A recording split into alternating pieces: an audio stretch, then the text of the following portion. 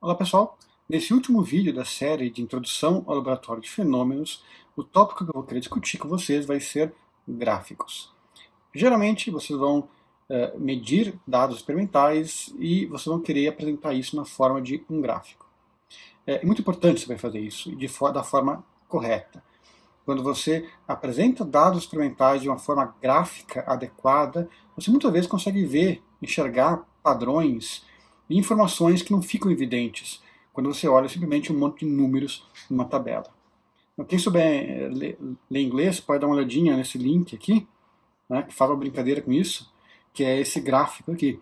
Né? Se você pega esses pontos x, y, né, as coordenadas x e y, esses pontos aqui que colocam na tabela, você vai ver um monte de números.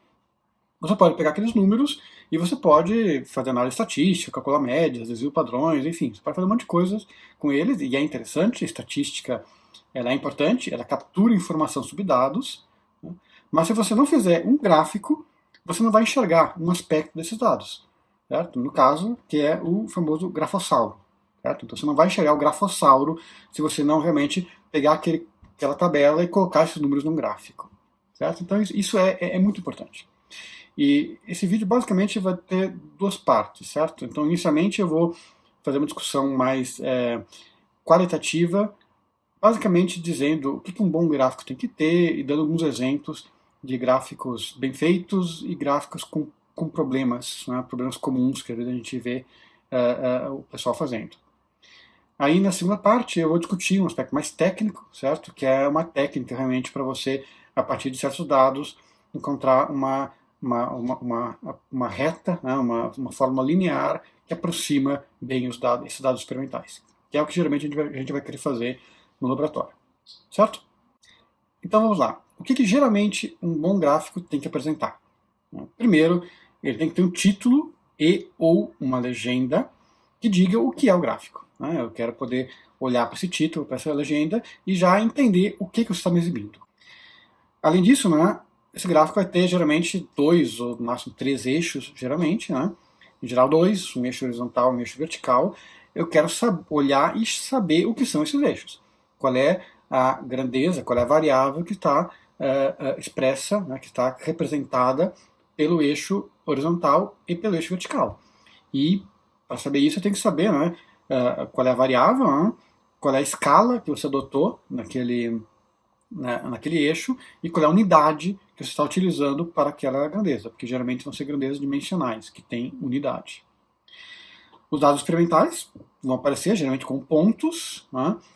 Em geral também você vai querer apresentar as incertezas correspondentes, então em cada ponto você vai fazer um tracinho vertical ou horizontal, né, para especificar, né, a incerteza na variável correspondente à direção vertical e a incerteza correspondente à variável que está no eixo horizontal. E, em geral, também vai ter uma função teórica. Né? Você geralmente vai estudar, vai encontrar, né, medidas para algum sistema em que você tem um modelo teórico, ou você quer encontrar um modelo teórico que descreva aquelas observações. Né? E isso você vai geralmente apresentar por uma linha reta ou uma função, uma curva em geral, que você quer que passe, digamos, próxima dos pontos experimentais que você obteve. Então, aqui um exemplo, né? Um gráfico que tem todos esses elementos. Né?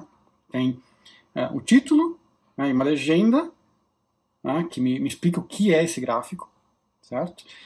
Eu olho para os eixos, né, então eu vejo que o eixo horizontal corresponde ao tempo, medido em segundos, né, e eu vejo aqui então a escala, né, você escolheu que cada uma dessas divisões principais aqui do seu papel quadriculado, né, corresponde a uma unidade, né, de segundo, no caso, né, então isso aqui é o que a gente chama da escala desse eixo horizontal. Na direção vertical, eu enxergo que você está me informando a velocidade em centímetros por segundo. Eu vejo também que você escolheu aqui, né, uma escala diferente. Isso é muito comum. Geralmente você sempre vai ter uma escala diferente na horizontal e na vertical. Né? Então aqui cada divisão principal aqui corresponde a 5 unidades de velocidade em centímetro por segundo. Eu tenho aqui os pontos, né, experimentais, que são essas bolinhas. Esses tracinhos verticais aqui me dão, para cada bolinha, qual é a incerteza que você estimou, né, para o valor de velocidade, né, então você vê que cada dado experimental, né, tem uma certa incerteza na direção vertical, que corresponde à velocidade. Tem um sigma v aqui. Você não está me indicando nenhuma incerteza na direção horizontal. Isso geralmente acontece porque quando, né, a incerteza na direção no eixo horizontal é muito pequena, né? Então, se for muito pequeno, né, você não vai aparecer, você não vai conseguir desenhar, digamos, essa barrinha horizontal de tão pequena que ela é. Quando isso acontece, é interessante até você dizer isso, certo? Você, por exemplo, na legenda, né, informar, né, erros horizontais não foram representados graficamente porque são muito pequenos. Então eles são invisíveis, né, nessa escala que você está utilizando para fazer o gráfico. E por fim tem aqui uma curva teórica, que no caso é uma linha reta, né, a curva mais simples possível é a linha reta, né, que está, digamos, aproximando os pontos experimentais. Você vê que ela não contém todos os pontos, né, mas os pontos estão ao redor dela. Né, e em geral você vê que a curva sempre encosta pelo menos dentro de cada janela. Né? Se você olha o valor da observação mais ou menos a incerteza, isso dá uma janelinha, né? Que aqui está só uma vertical. Né?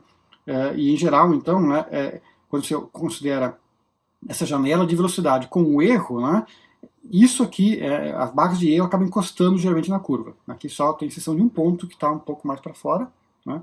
Mas em geral todos as observações aqui estão compatíveis com essa curva, né, que você está apresentando. Certo? Então, esse aqui é um exemplo de um gráfico que tem, digamos, tudo que um gráfico tem que ter. Aqui é outro exemplo, tem a novidade aqui, é que eu tenho também aqui o erro, tanto na vertical quanto na horizontal. Certo? Então, aqui, digamos, eu estou representando os dois erros. Aqui outro exemplo, né, também que aparece só o erro da vertical. Né, e aqui um exemplo também que a curva que aproxima os dados não é uma linha reta, é uma função mais complicada do que uma linha reta. E aqui é um exemplo de um gráfico que tem vários problemas. Então são problemas que vocês não devem cometer quando vocês forem fazer um gráfico. Certo? Então vamos lá. Eu sei que não tem nome, né, eu não sei o que são esses eixos. Certo? Mesmo que você diga isso, talvez numa legenda ou no texto, no gráfico tem que ter, né, em cada eixo, qual é a grandeza, qual é a unidade que você está usando para aquele eixo. Certo? Isso é obrigatório, tem que aparecer. Além disso, você vê que essa pessoa escolheu muito mal a escala horizontal. Você vê que o último ponto acaba aqui. Então metade do gráfico praticamente está sem uso, está vazio.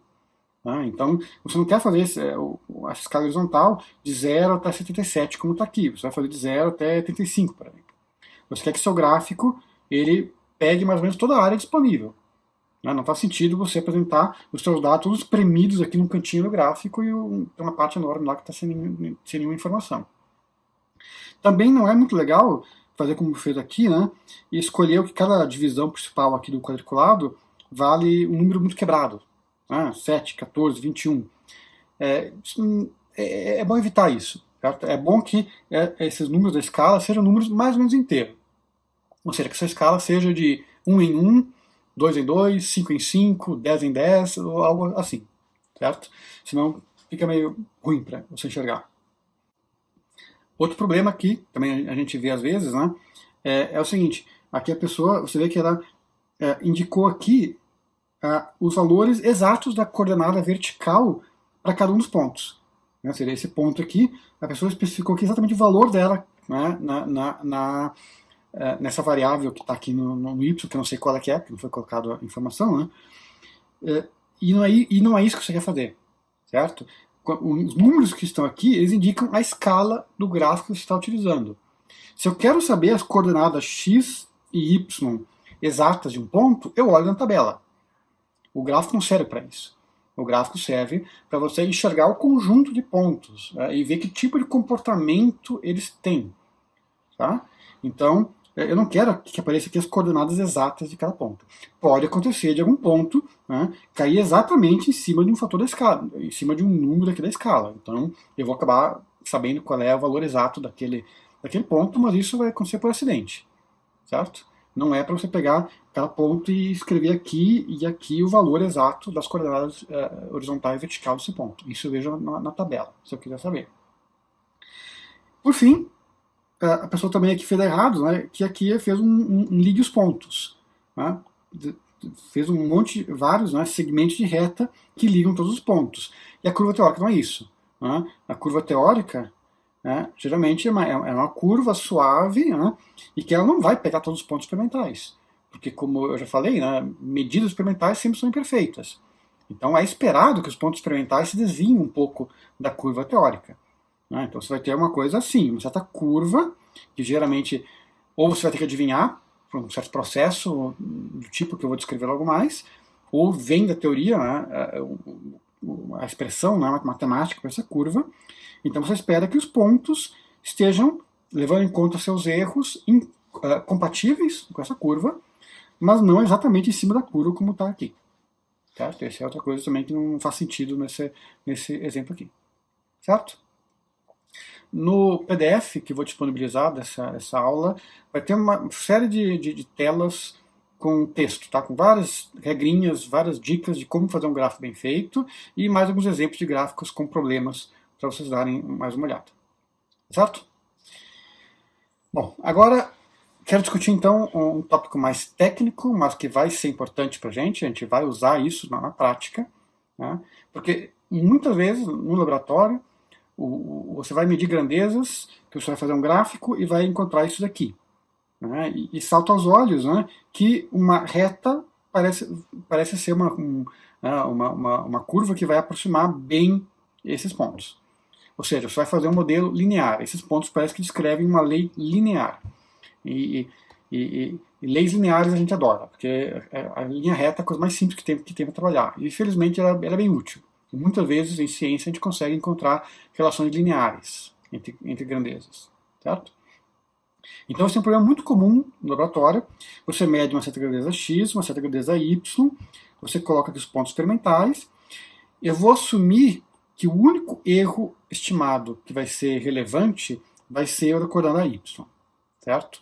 Eu vou apresentar esse método assumindo que na direção x o erro é muito pequeno, não é relevante o suficiente para ser exibido. Então, eu coloco aqui os vários pontos, cada um com o seu erro, né? E a questão que eu quero me propor é descobrir qual é a melhor linha reta que aproxima isso daqui. O problema é que se eu der esse gráfico para 3 pessoas diferentes, né, e pedir para elas pegarem uma régua e fazer uma linha reta aqui, né, que aproxime bem os pontos, né, certamente vão ser 3 linhas retas diferentes. Porque isso é uma coisa que você faz de olho, né, qualitativo.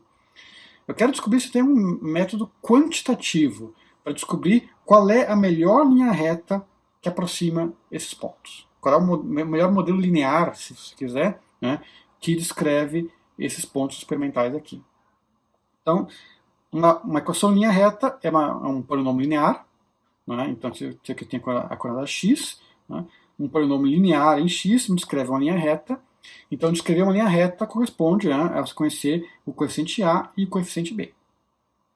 Você tem que saber, tá, se eu te dou um valor para A e B, chegar aqui e fazer uma linha reta correspondente. E vice-versa. É interessante também você saber, se você desenha uma linha reta aqui, saber como que você tira, né, do gráfico da linha reta os valores para o A e para o B.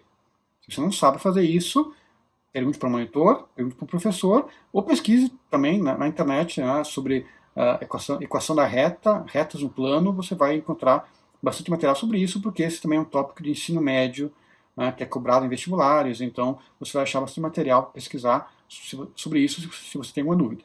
Certo? Se você tem dúvidas, pesquise, porque você vai precisar fazer isso. Certo? Bom, então, retornando, né, eu quero encontrar o valor do A e do B da melhor reta que aproxima esses pontos. Então veja, né, eu posso chutar um valor para A e para B. Então, por exemplo, eu chuto um valor para A e para B, encontro uma reta que, nesse exemplo aqui, claramente não aproxima bem os pontos. Né? Isso aqui dá uma aproximação muito ruim. Aqui eu chutei outros valores para A e para B e já achei uma reta melhor. Né? Claramente essa reta aqui está mais próxima dos pontos do que aquela. O que eu quero saber é se existe uma forma, digamos, sistemática quantitativa, né, precisa para determinar qual é o melhor A e o melhor B. Ou seja, qual é a melhor reta, a reta que melhor aproxima esses pontos. Tem mais que uma maneira de fazer isso. Vou descrever aqui, digamos, da maneira talvez mais simples e mais utilizada, que é a chamada método de mínimos quadrados. A ideia basicamente vai ser você introduzir uma grandeza que mede, digamos, o quão bem aquela reta aproxima os dados experimentais. E eu vou querer levar em conta não só a distância entre cada ponto da reta e o dado experimental. Então essa distância eu quero que ela seja a menor possível, né, para todos os pontos. Eu tenho que de alguma forma levar em conta todos os pontos. Mas eu quero também levar em conta a incerteza. Tá? Eu quero que os pontos experimentais que tenham maior incerteza tenham menos peso nesse cálculo. Eu quero que os pontos experimentais que foram medidos com melhor precisão sejam aqueles que mais sejam relevantes para calcular essa reta que aproxima os pontos. Certo? Então é isso que eu quero levar em conta. E a gente vai fazer isso através dessa grandeza aqui, que é chamada de Qi quadrado ou residual. Então a ideia é que eu te dou um A e um B, né? Então eu especifico uma reta em particular, te dando um coeficiente linear e coeficiente angular da reta. Aí você faz essa conta. Basicamente você vai pegar o quê? Cada ponto experimental que você tem, o que está aqui no numerador é a distância entre o dado experimental que você tem e essa reta que eu te dei, certo? Você vai dividir isso aqui pelo erro daquele ponto, né? Porque então quanto maior o erro, como ele está no denominador, menor vai ser a relevância desse termo, certo? E você leva ao quadrado porque eu não quero que tenha sinais positivos e negativos que se cancelem. Né? Eu quero somar todos positivamente, então a gente faz isso elevando ao quadrado, e aí você soma, né, é um termo desse aqui para cada um dos pontos experimentais que você tem. Então você faz essa soma, e isso no final vai te dar um número. Certo? Esse número vai ser o Qi quadrado dessa reta, né? E a ideia é que eu quero que esse Qi quadrado seja o menor possível. Ou seja, minha questão aqui é qual é o valor do A e do B tal que o Qi quadrado é a menor coisa possível. Então se você faz isso aqui, né, então você vê aqui essa figurinha, né, essa distância aqui é exatamente o que está aqui no numerador, certo? Então você divide pelo erro para poder pesar, né, que os erros menores sejam mais importantes. Eleva ao quadrado, soma. Se você fizer isso para esse gráfico aqui, você vai encontrar um Qi quadrado de 55.000. Se fizer essa soma aqui para esse gráfico aqui, o Qi quadrado vai dar 83. Então, claramente, né, esse número é bem menor que esse. Então, de fato, né, esse Qi quadrado ele mede, né, que essa curva, essa linha reta aqui, ela é melhor do que essa reta aqui em aproximar esses dados. Mas aí vem a pergunta, eu quero encontrar qual é o melhor valor para A e para B. Né, qual é o valor de A e B que faz com que o Qi quadrado seja o menor valor possível. Bom, para responder isso, tem que usar a ferramenta de novo de cálculo, certo? Derivadas. Existe uma das aplicações de derivadas é trabalhar com problemas de máximos e mínimos. Vocês também provavelmente não viram isso ainda, vão ver em algum momento. Tá? Eu vou colocar no final do vídeo um link para onde vocês podem, se tiver interesse na dedução do que eu vou mostrar agora, vocês podem dar uma olhadinha lá, certo? Mas eu vou só aqui apresentar a fórmula, certo? Então eu não vou dar os detalhes de como você deduz isso, mas acreditem, certo? Você pode tratar esse problema de forma exata, né? Você consegue calcular qual é o valor do A e do B, tal que o Qi quadrado é o mínimo possível. E aqui está as gloriosas fórmulas para o A e para o B. Então, obviamente, não é uma fórmula muito bonita. Certo? Tem um monte de coisa que você tem que calcular aqui. Certo? Aqui você tem o x e o y para cada ponto. Né? O sigma é o erro associado ao y para cada ponto. Então você tem que calcular essa soma, depois multiplicar, aí calcula essa soma que está aqui, aí multiplica, né? E enfim, vai calculando cada uma dessas somas aqui, coloca tudo nessa fórmula e você encontra o A, que vai ser o mínimo. E o B é um pouquinho mais simples, né? Você já tem que ter encontrado o A, aí você coloca nessa fórmula aqui e você tira o B.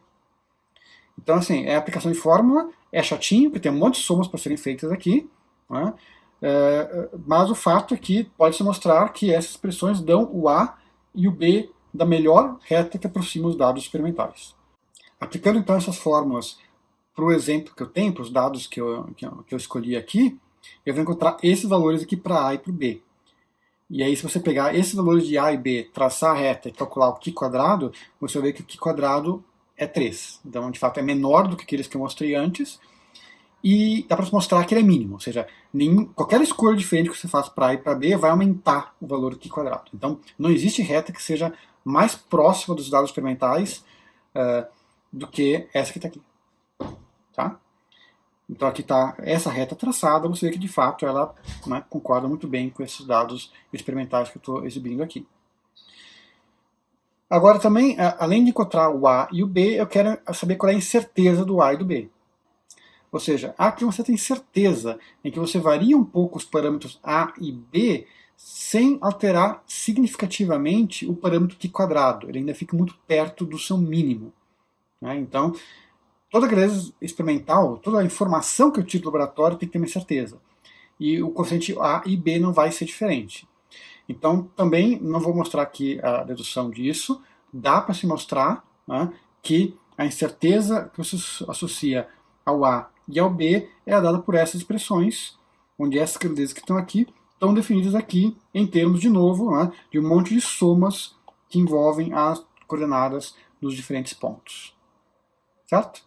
Então você, a partir dos dados, tem que fazer todas essas somas, achar esses caras aqui, colocar nessa fórmula, você vai obter o delta A e o delta B.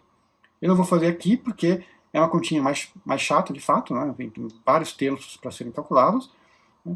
Mas o que dá para encontrar com esses dados são esses valores aqui. Né? Então o que a gente pode apresentar ao final, né, é os dados experimentais, e aqui eu tenho então os valores de A e B da melhor reta que eu tenho. Né? Tem o valor, cada um com sua devida incerteza. Né? Com um pouco mais, enfim, indo um pouco mais adiante aqui, né, você até pode usando algum programa de desenho para fazer o gráfico, né, você pode até conseguir observar qual é, digamos, a reta máxima e qual é a reta mínima que é compatível com esses dados. Né? Você pega, digamos, em princípio, né, assumindo todo mundo que é positivo, né, o A máximo, o B máximo, o A mínimo e o B mínimo, certo? Você vai encontrar, digamos, essa reta máxima, essa reta mínima, então define essa faixa aqui. Então está dizendo que essa faixa aqui é descrita por esses valores de A e B, né? E todos os dados experimentais, eles basicamente caem ou são compatíveis com essa faixa que está aqui. Certo? Então essa é a maneira como geralmente a gente vai pedir para vocês acharem uma linha reta. Né? Vocês acharem, digamos, a melhor reta que descreve certos pontos experimentais no laboratório.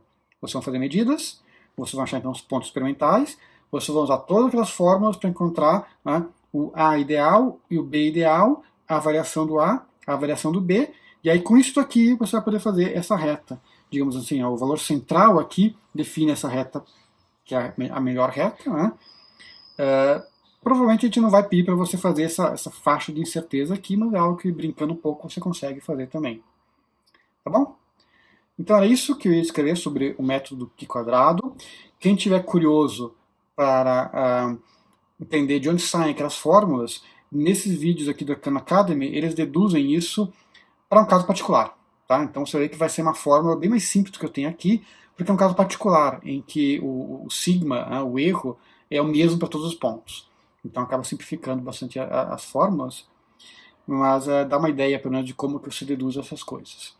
A minha ideia aqui realmente não vai ser deduzir isso, mas somente apresentar essas fórmulas que vocês vão usar, então, para aplicar esse método no laboratório. Então era isso por esse vídeo, pessoal, e até a próxima.